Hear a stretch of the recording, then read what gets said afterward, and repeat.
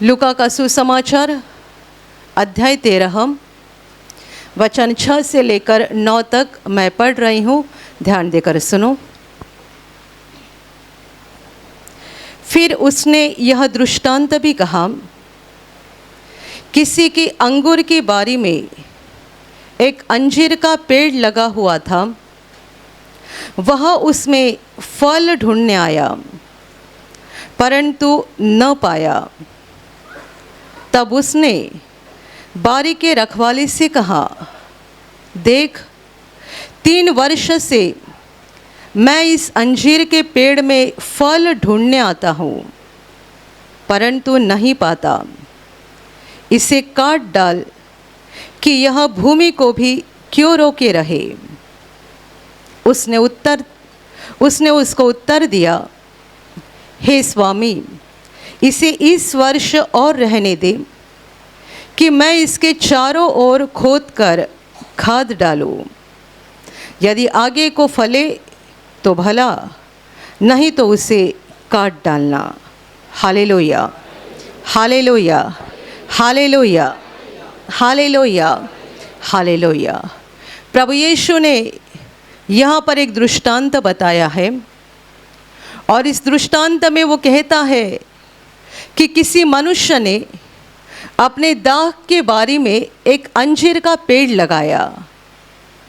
बाद में जब वो उस पर फल ढूंढने के लिए आया तब उसको फल नहीं मिला।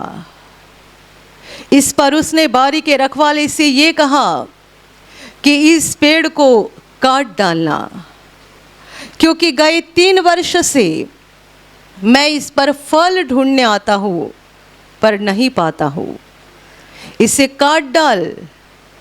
जब उसने ऐसा कहा कि इसे काट डाल, तब बारी के रखवाले ने जवाब दिया, इसे और इस वर्ष रहने दे कि मैं इसके चारों ओर खोद कर खाद डालूं। इसके बाद ये फले तो भला, नहीं तो इसे काट डालना। Hallelujah, hallelujah, hallelujah. जो उस दाग के बारी का मालिक था, उसका ये कहना था कि 3 वर्ष से मैं हमेशा आ रहा हूँ कि क्या इसको फल लगा है, पर जब कभी मैं आता हूँ मुझे फल नजर नहीं आता है। अभी इसने भूमि को रोके रखने की कोई ज़रूरत नहीं है, तो इस पेड़ को काट डालना। पर बारी के रखवाले का ये कहना था कि और वर्ष इसको मौका दिया जाए ताकि मैं इसके चारों ओर खोद कर खाद डालूंगा। इसके बाद ये फले तो ठीक है, वरना इसको काट डाला जाए। ये दृष्टांत बताने के पहले प्रभु यीशु ने एक बहुत महत्वपूर्ण बात बताई है जो उसके पहले के वचनों में दी है। वो है मन फिराव का संदेश, पश्चाताप का संदेश। प्रभु यीशु को कुछ लोगों ने पूछा था कि जिन लोगों को पिलातुस ने मार डाला था, गलीली लोग थे, उनको पिलातुस ने मार डाला था और उनका लहू उनके ही बलिदानों के साथ मिलाया था। तो उनके बारे में लोगों ने यीशु को सवाल किया था। उस वक्त यीशु ने उनको कहा, क्या तुम्हें ऐसा लगता है कि इन लोगों पर इतनी बड़ी आपत्ति आ गई, इनका इस रीति से विनाश हो गया कि पिलातुस ने उनकी जान ली और उनका लहू उन्हीं के बलिदानों के साथ मिला दिया? तो क्या तुम्हें ऐसा लगता है कि जो बाकी गलीली लोग थे उनसे ये गलीली लोग ज़्यादा पापी थे, ज़्यादा अधर्मी थे? इनके ऊपर इतनी बड़ी आपत्ति आ गई कि इनको मार डाला गया और इनका लहू बलिदान के साथ मिलाया गया। तो क्या तुम ऐसा समझते हो कि दूसरे गलीली लोगों से ये लोग ज़्यादा अधर्मी थे, ज़्यादा पापी थे? मैं तुमसे कहता हूँ नहीं, परंतु यदि तुमने पश्चाताप नहीं किया, तुमने अपना मन नहीं फिराया, तो तुम्हारा भी उन्हीं लोगों की तरह विनाश हो जाएगा। ये एक घटना लोगों के द्वारा पूछी गई थी। अगली घटना यीशु खुद बता रहा है। प्रभु कहता है, क्या तुम्हें लगता है वो 18 लोग जिनके ऊपर शिलोह का गुम्मट गिर गया था और उस गुम्मट के नीचे दबकर वे लोग मर गए, क्या वे 18 जन यरूशलेम के दूसरे लोगों की तुलना से ज़्यादा पापी थे? क्या तुम्हें ऐसा लगता है कि जिन 18 लोगों के ऊपर वो बड़ा गुम्मट गिर गया और वे दबकर मर गए, वो ज़्यादा पापी थे दूसरे लोगों की तुलना से? मैं कहता हूँ नहीं, परंतु यदि तुम मन न फिराओगे, तुम पश्चाताप न करोगे, तो तुम्हारा भी उनके ही तरह विनाश हो जाएगा। और इसी बात को ज़्यादा स्पष्ट करने के लिए आगे प्रभु यीशु ने ये दृष्टांत कहा है। Hallelujah, hallelujah, hallelujah, hallelujah. मेरे प्यारे भाई और बहनों, संसार में आने वाला हर मनुष्य बस इतना ही सोचता है कि मुझे पैसा कमाना है, अमीर बनना है, बड़ा बनना है, सम्मानित बनना है, एक बड़ी व्यक्ति बन जाना है। परमेश्वर ने हमें बनाया है और उसने हमें धरती पर भेजा है, तो उसका मकसद क्या है? क्यों? बनाने वाले का कुछ तो मकसद होगा, वो बिना मकसद का कुछ काम नहीं करता है। किस मकसद से मुझे बनाया गया है? किस मकसद से मुझे धरती पर भेजा गया है? मैं यहाँ क्या करूँ? क्या चाहता है वो? यदि आपकी कंपनी आपको अमेरिका का वीज़ा देकर वहाँ भेज रही है, तो उसका कुछ तो मकसद है ना।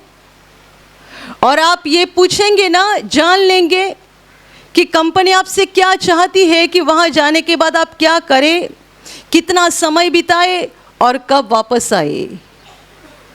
यदि संसार में इतनी व्यवस्था है, तो क्या परमेश्वर के दरबार में व्यवस्था नहीं है? परमेश्वर ने हमें बनाया और जीवन देकर, एक मूल्यवान जीवन देकर, ये बड़ा वरदान देकर धरती पर भेजा। पर धरती पर पैदा होने के बाद लोग ये सोचते ही नहीं है कि मुझे परमेश्वर ने क्यों भेजा है, मकसद क्या है और मुझे वापस कब जाना है। Hallelujah, hallelujah, hallelujah. हर कोई अपना ही मकसद ढूंढते रहते हैं और अपने ही हिसाब से चलते रहते हैं। भेजने वाले ने मुझे क्यों भेजा है, उसकी क्या इच्छा है, मैं क्या करूं, धरती पर मुझे भेजने के पीछे उसकी योजना क्या है, मकसद क्या है, कोई नहीं जानता है। और यूं ही अपनी इच्छा के अनुसार अपनी ज़िंदगी को बिताते हैं। और ज़िंदगी को बिताते हैं बोलने से ज़्यादा अच्छा शब्द ये है कि पाप करते जाते हैं। अपनी इच्छा से चलते हैं, यानी पाप करते जाते हैं। पूरा गलत रास्ते से चलकर, अधर्म के काम करके अपनी ज़िंदगी को और अपनी आत्मा को पापों से भर देते हैं और अंत में अपनी आत्मा का विनाश करा डालते हैं, क्योंकि नहीं जाना कि परमेश्वर ने मुझे संसार में किस लिए भेजा था। Hallelujah, hallelujah, hallelujah, hallelujah. मेरे प्यारे भाई और बहनों, संसार में पैदा होने वाला हर एक मनुष्य इसी रीति से चलता है। जैसे जैसे मनुष्य की उम्र बढ़ते जाती है, 5 साल का, 10 साल का, 15 साल का, जब वो छोटा बच्चा रहता है 2-3 साल का, तब वो अपने माँ बाप के ऊपर निर्भर रहता है।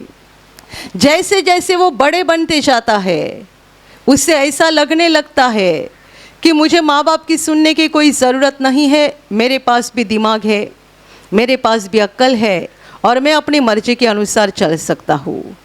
इसलिए जो 5 साल का बेटा दिन रात अपनी मम्मी के पीछे चलता है, यही बेटा जब 17-18 साल का होता है तो मम्मी की बातों से तंग होता है और उसे ये बोलने लगता है कि मुझे सिखाने की कोशिश मत करना, अभी मैं छोटा नहीं रह गया हूँ, मैं सब कुछ समझता हूँ। जो 5 साल की बेटी दिन रात अपनी मम्मी के पीछे चलती है, मम्मी के बिना एक रात भी कहीं नहीं सोती है, वो जब 16-17 साल की बनती है तब मम्मी को जवाब देती है, मुझे सिखाने की कोशिश मत करना, तुम्हारी बातें तुम्हारे पास रख देना, मुझे भी अक्ल है, मुझे भी दिमाग है, मैं अपनी इच्छा के अनुसार चल सकती हूँ। और तभी से शुरुआत हो जाती है। मैंने तो आपको 16-17 साल बताया, पर आजकल के बच्चे 10-12 साल की उम्र में स्वतंत्र बनना चाहते हैं। स्वतंत्र, किसी का अधिकार नहीं चाहिए, किसी का प्रेशर नहीं चाहिए, किसी का दबाव नहीं चाहिए, हर एक को स्वतंत्र होना है। जिसे अपनी रोटी के लिए भी माँ बाप के ऊपर निर्भर होना पड़ता है, वो भी स्वतंत्र होना चाहता है। Hallelujah, hallelujah. और तभी से शुरुआत हो जाती है।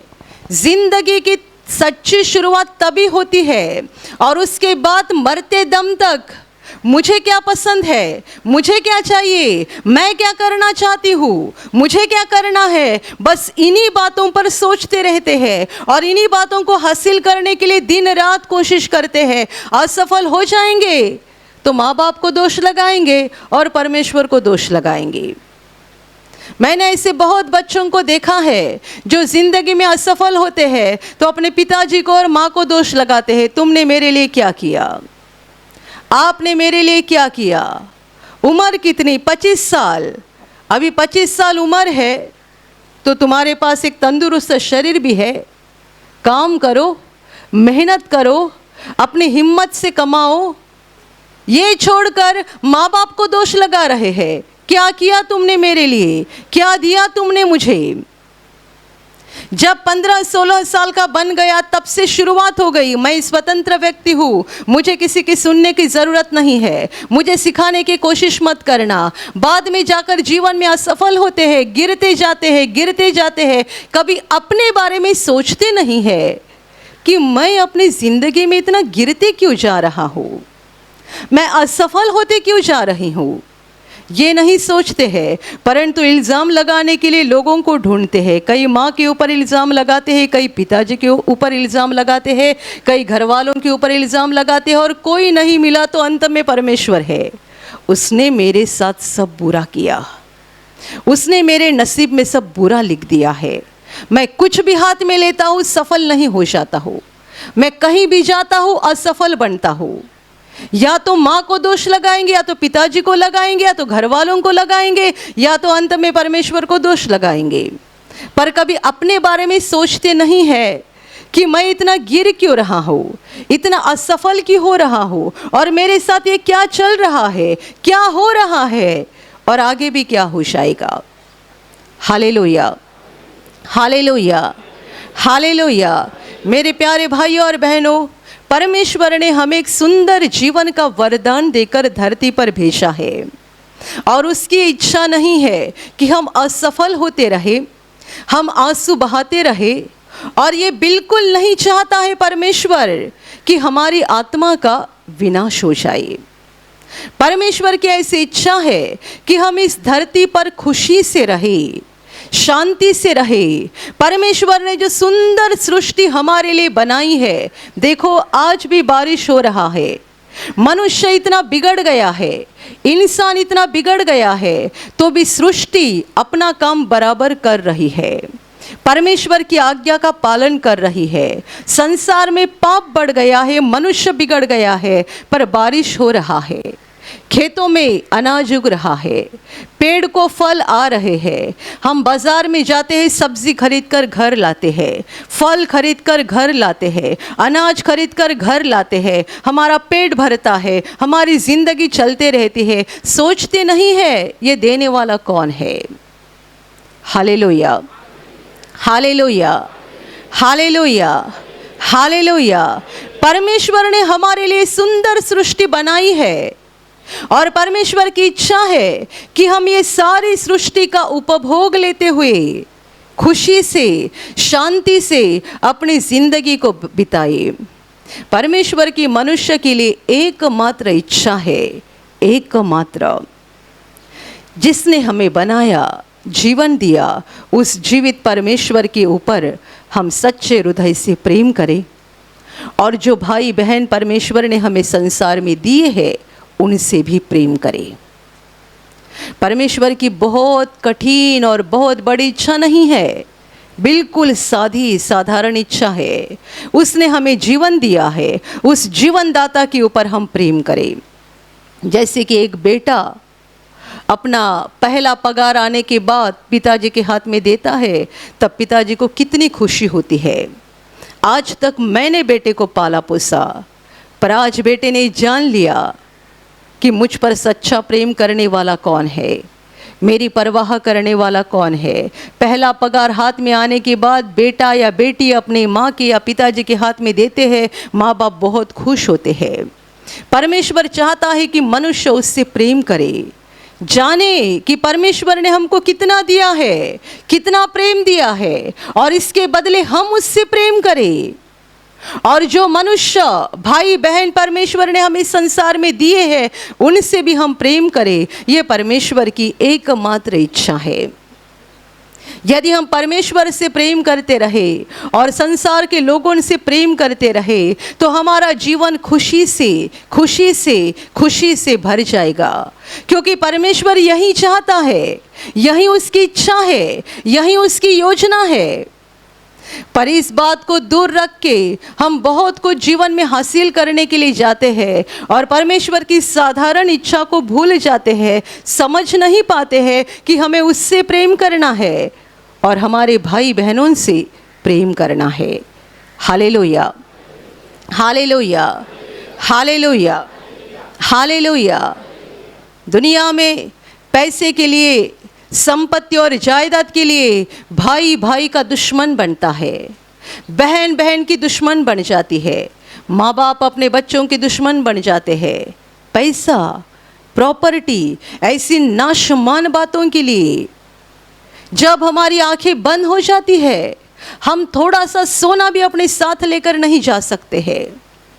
100 एकड़ जमीन आपके पास होगी, आपके नाम के ऊपर 7/12 है, 100 एकड़ जमीन का। आपकी आंखें जब बंद हो जाएगी ना, ये 7/12 यहीं रहेगा और आप खाली हाथ जाओगे। बाइबल सिखाती है हम दुनिया में खाली हाथ आए हैं और खाली हाथ वापस जाएंगे, कुछ लेकर नहीं जाएंगे। जिस सोने के लिए, जिस पैसे के लिए, जिस ज़मीन के लिए, जिस मकान के लिए, जिस गाड़ी के लिए, जिस प्रॉपर्टी के लिए अपने भाई के साथ दुश्मनी रखी, बहन के साथ दुश्मनी रखी, माँ बाप के दिल को दुख दिया, ये सारी बातों में से कुछ भी अपने साथ लेकर नहीं जाने वाले हैं। सब यहीं रहेगा, सब यहीं रहेगा। आपका पैसा, आपका सोना, आपकी ज़मीन। कितने लोग संसार में ऐसे हैं, सालों साल सगे भाई से बातचीत बंद है, सालों साल बहन से बातचीत बंद है, माँ से बातचीत बंद है, पिताजी से बातचीत बंद है, बोलना बंद। भाई से बोलते हैं नहीं, बहन से बोलते हैं नहीं, कोई माँ से नहीं बोलता, कोई पिताजी से नहीं बोलता। क्या चल रहा है? और आप देखेंगे ना तो हर एक की जड़ यही है, पैसा, संपत्ति, जायदाद, एक ही जड़। और इसी जड़ को सब जहरीले फल आ गए हैं। कोई भाई से सालों साल बात नहीं करता है, कोई बहन के साथ रिश्ता नहीं रखता है, कोई माँ बाप के साथ रिश्ता नहीं रखता है। परमेश्वर ने क्या हमें संसार में इसलिए भेजा है? वो चाहता है कि हम उससे प्रेम करें और हम हमारे भाई बहनों से प्रेम करें, क्योंकि सबका बनाने वाला एक है। यदि बाप एक है तो हम सब एक दूसरे के भाई बहन हैं, चाहे किसी भी देश के रहने वाले हो, चाहे कहीं के भी रहने वाले हो। पर यदि हम सबका बाप एक है तो हम एक दूसरे के भाई बहन हैं। और आपके दो बच्चे आपस में लड़ते हैं तो आपको दुख होता है ना? वैसा ही दुख जब हम एक दूसरे के साथ लड़ते हैं, एक दूसरे से नफरत करते हैं, वैसा परमेश्वर को, उस वक्त परमेश्वर को भी बड़ा दुख होता है। Hallelujah, hallelujah, hallelujah, hallelujah. हर एक को ज़रूरत है, आवश्यकता है अपने जीवन के मकसद को ढूंढने की। हर एक की आवश्यकता है, आपकी, मेरी और संसार में रहने वाले हर मनुष्य की ज़रूरत है कि ढूंढो परमेश्वर की मेरे बारे में क्या इच्छा है, वो क्या चाहता है, वो मुझसे क्या चाहता है, क्यों उसने मुझे धरती पर भेजा है, उसका मकसद क्या है, उसकी इच्छा क्या है, तब आप जानोगे परमेश्वर की आपके लिए क्या इच्छा है। मेरे प्यारे भाई और बहनों, आज आप यहाँ पर आए हो, बैठे हो, शांति से परमेश्वर के वचन को सुन रहे हो। आप यूं ही नहीं आए हो, स्वर्ग से आपके ऊपर अनुग्रह हुआ है। आप इस सच्चाई को जानो, आपके जीवन के मकसद को जानो, इसलिए परमेश्वर ने आपके ऊपर अनुग्रह किया है। और कई भाई बहन ऐसे हैं जो यहाँ शारीरिक रूप से नहीं पहुंच पाए, उनको प्रभु YouTube के माध्यम से वचनों को सुना रहा है, ताकि वे भी जाने कि परमेश्वर की हमारे बारे में क्या योजना है, क्या इच्छा है। मेरे प्यारे भाई और बहनों, अपनी ही मर्जी से चलने के कारण हर एक मनुष्य अधर्मी बन गया है, पापी बन गया है, दुष्ट बन गया है, बुरा बन गया है। और इसलिए परमेश्वर ने अपने पुत्र को यीशु मसीह को धरती पर भेजा है हमारे पापों का दंड लेने के लिए। यीशु ने हमारे पापों का दंड लिया, अपना लहू बहाया और हमें पापों से मुक्त किया। अभी परमेश्वर की ये इच्छा है, मेरे पुत्र पर विश्वास करो, पापों का पश्चाताप करो, मन फिराओ, गलत रास्ता छोड़ दो, पापी रास्ता छोड़ दो और मेरी आपके बारे में जो इच्छा है उस इच्छा को पूरा करना शुरू कर दो। वो इच्छा क्या है मैंने आपको बता दिया, उस पर प्रेम करो और अपने भाई बहनों से प्रेम करो, उस पर प्रेम करो और अपने भाई बहनों से प्रेम करो। परमेश्वर हमसे बहुत बड़ी बड़ी उम्मीद नहीं रखता है, वो हमसे बहुत बड़ी बड़ी उम्मीद नहीं रखता है।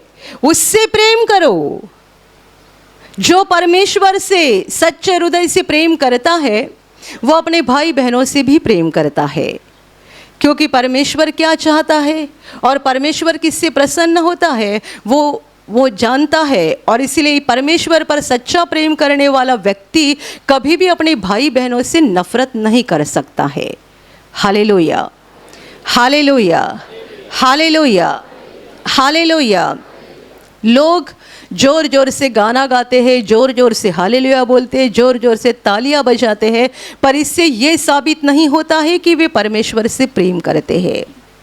यदि कोई मनुष्य हर दिन प्रभु के सामने आता है और उससे कहता है, हे प्रभु मुझे बता कि मैं तुझे कैसा लगता हूँ, मेरा जीवन, मेरा हृदय, मेरा मन, क्या इस पर तू प्रसन्न है, तुम्हारी क्या इच्छा है, क्या मेरे मन में अभी भी किसी के लिए नफरत है, क्या मैं अभी भी स्वार्थ से जीवन बिता रहा हूँ।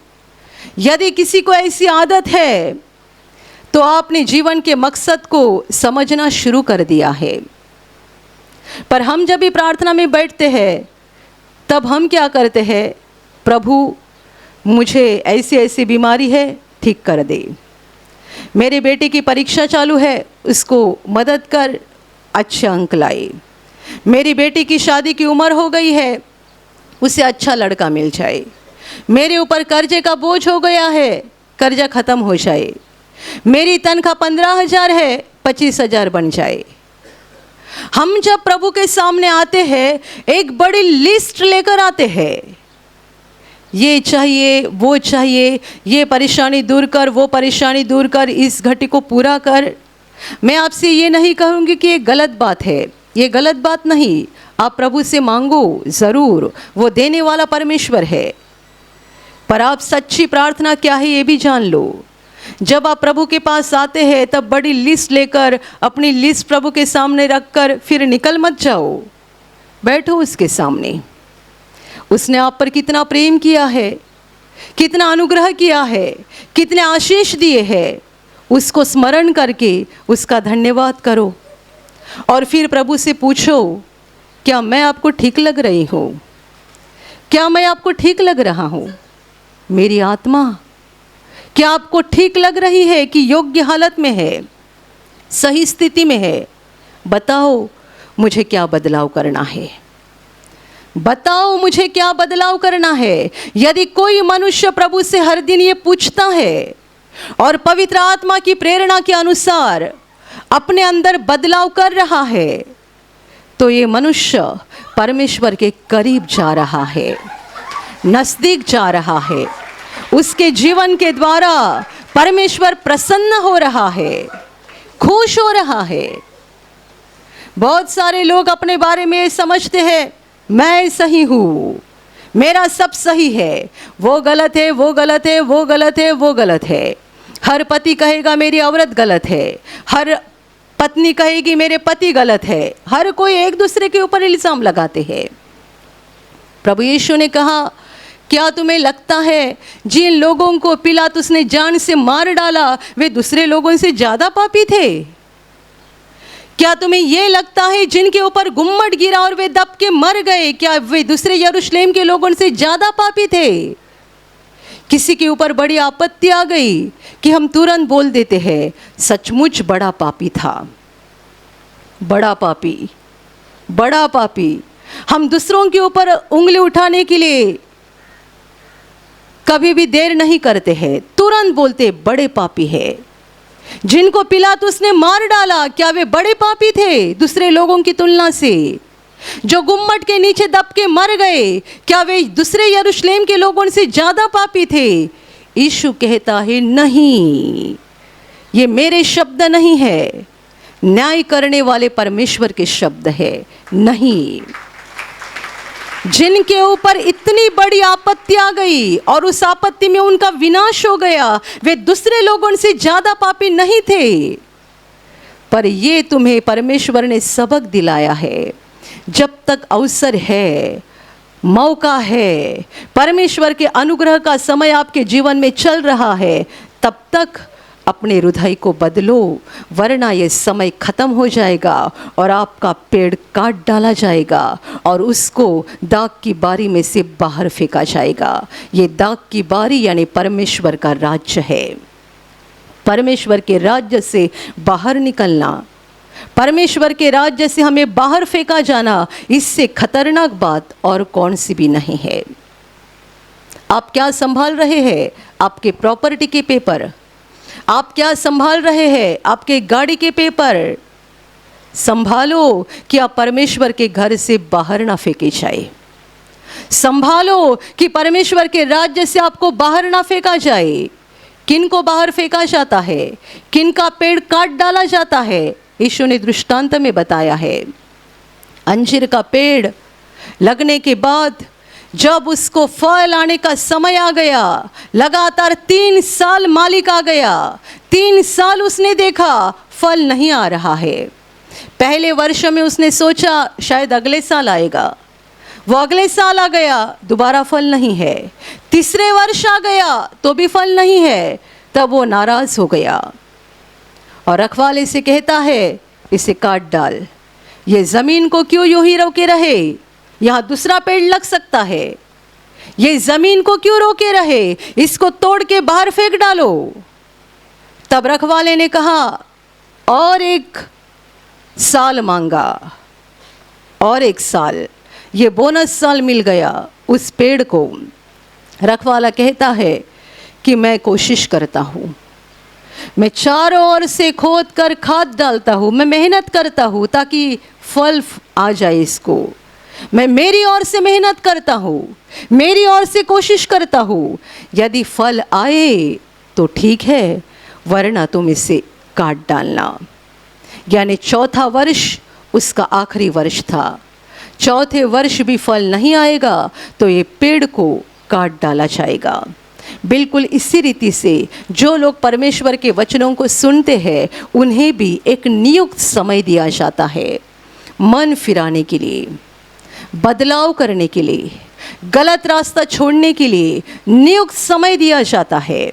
और इस नियुक्त समय में यदि उन्होंने अपने मन को बदला नहीं, परमेश्वर को फल दिया नहीं, परमेश्वर की इच्छा के अनुसार अपने दिल में बदलाव लाया नहीं, तो चौथे वर्ष इस पेड़ को काट डाला जाता है।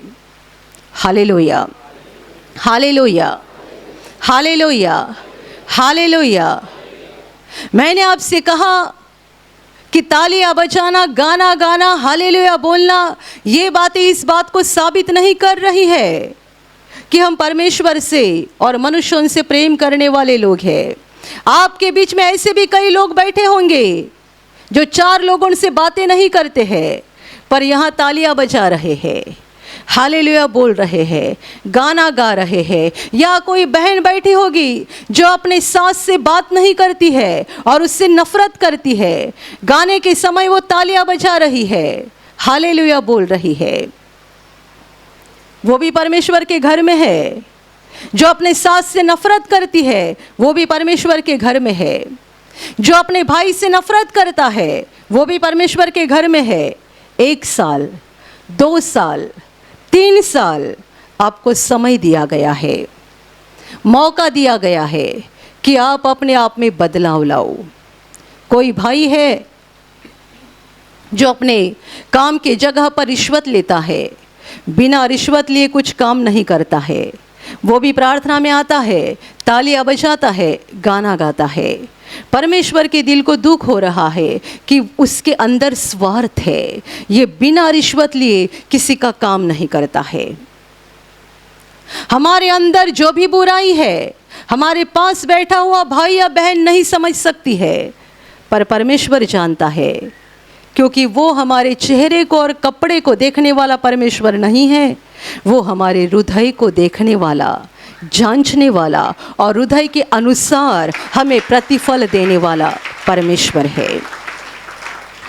हम लोगों के सामने बहुत अच्छे से पेश होते हैं, दिखने में एकदम सभ्य सज्जन लगते हैं, पर अंदर से हम कौन है परमेश्वर जानता है। हर एक को मौका दिया जाता है। जितनों को परमेश्वर के घर में बुलाया गया है हर एक को मौका है। 1 साल, 2 साल, 3 साल और चौथा ईयर ग्रेस ईयर है, कृपा का वर्ष, और 1 साल बढ़ाकर दिया जाता है। ये परमेश्वर की भाषा में है। चौथे साल तक यदि उसमें बदलाव नहीं हुआ और जैसा परमेश्वर चाहता है वैसा उसका दिल नहीं बदला, तो 5वें साल वो परमेश्वर के घर में नहीं रहेगा, उसे बाहर फेंका जाएगा। और आप जानते हैं जितने पेड़ बाहर फेंके जाते हैं उनको अंत में इकट्ठा करके अग्नि के कुंड में डाला जाएगा, जहां वे अनंत काल जलते रहेंगे। Hallelujah, hallelujah, hallelujah. मन फिराने की ज़रूरत है, पश्चाताप की ज़रूरत है, अपने आप में बदलाव करने की ज़रूरत है। आप में ऐसी कोई बहन है, ऐसे कोई भाई है, आप किसके साथ बात नहीं करते हैं, किसके साथ आपने दुश्मनी रखी है, किसके खिलाफ आप दिन रात दूसरों को बताते रहते हैं, किसके बारे में आपके अंदर आपने नफरत भर के रखी है, कड़वाहट भर के रखी है, ढूंढो। इसलिए मैंने आपको कहा, यदि आप एक सच्चे व्यक्ति बनना चाहते हैं, परमेश्वर के लाडले व्यक्ति बनना चाहते हैं, तो हर दिन प्रभु के सामने बैठकर उससे पूछो, प्रभु मैं तुझे कैसे लगती हूँ? क्या मैं तुझे पसंद हूँ? क्या आज दिन भर मैंने किया तुझे पसंद है?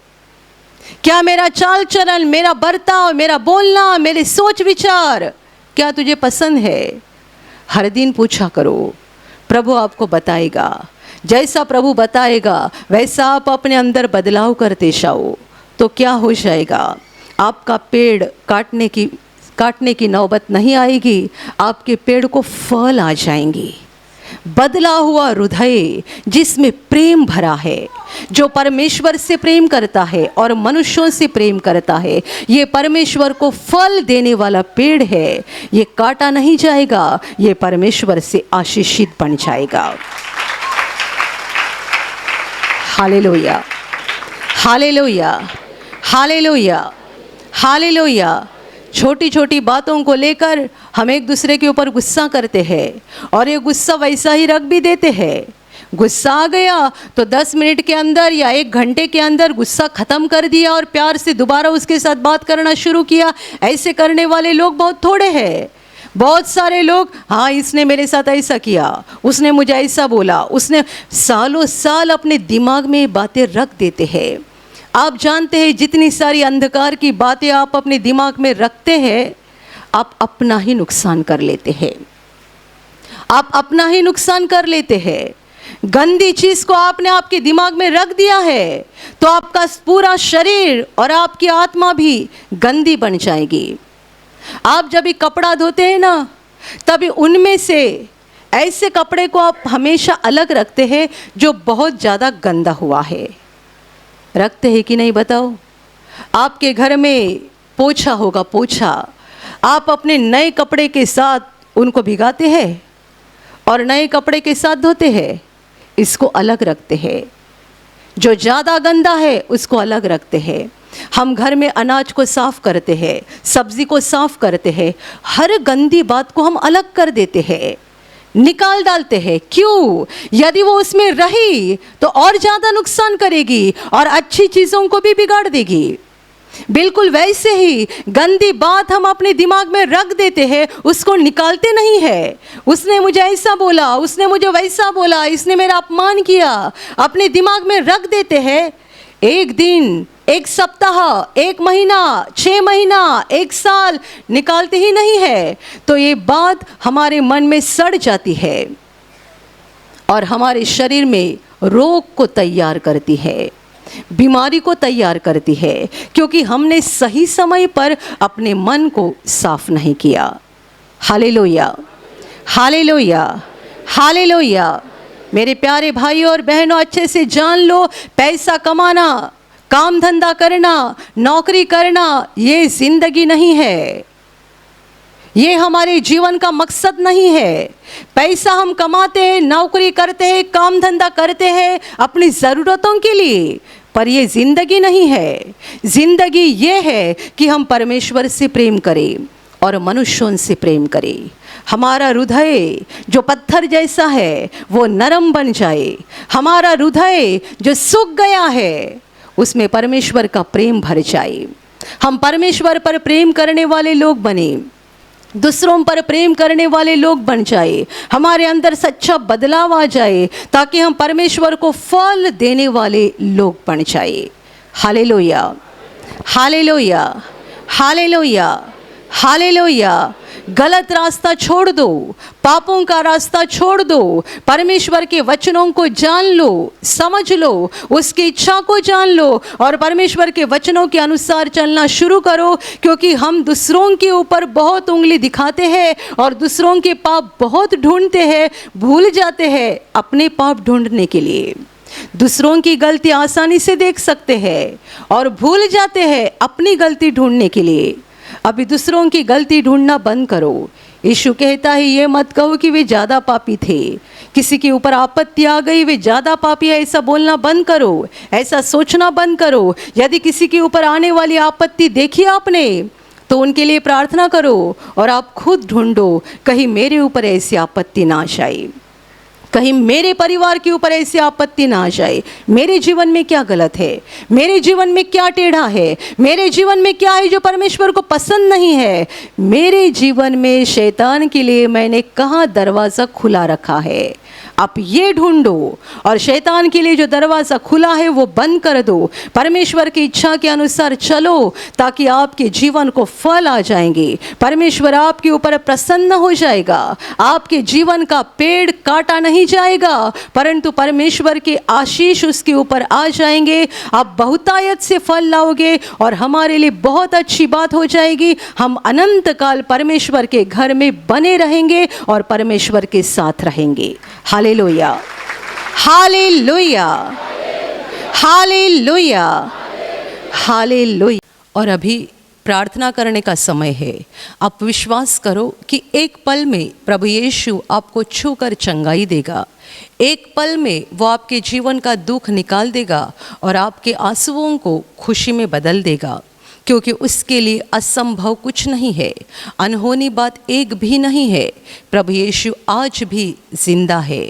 2000 वर्ष पहले वो शरीर रूप में धरती पर था, आज शरीर रूप में नहीं बल्कि आत्मा के रूप में है और दुनिया के कोने कोने में जहाँ जहाँ लोग विश्वास के साथ उसको पुकारते हैं, उसके पास प्रार्थना करते हैं, उन सबों की पुकार को प्रभु सुनता है, उन्हें चंगा करता है, उनके आंसुओं को पोंछ देता है और उनके जीवन को खुशी से भर देता है। आप भी इसी विश्वास के साथ आपके बीमार भाग पर हाथ रखो, और यदि वहाँ हाथ नहीं रख सकते हैं तो अपने सीने पर हाथ रखो।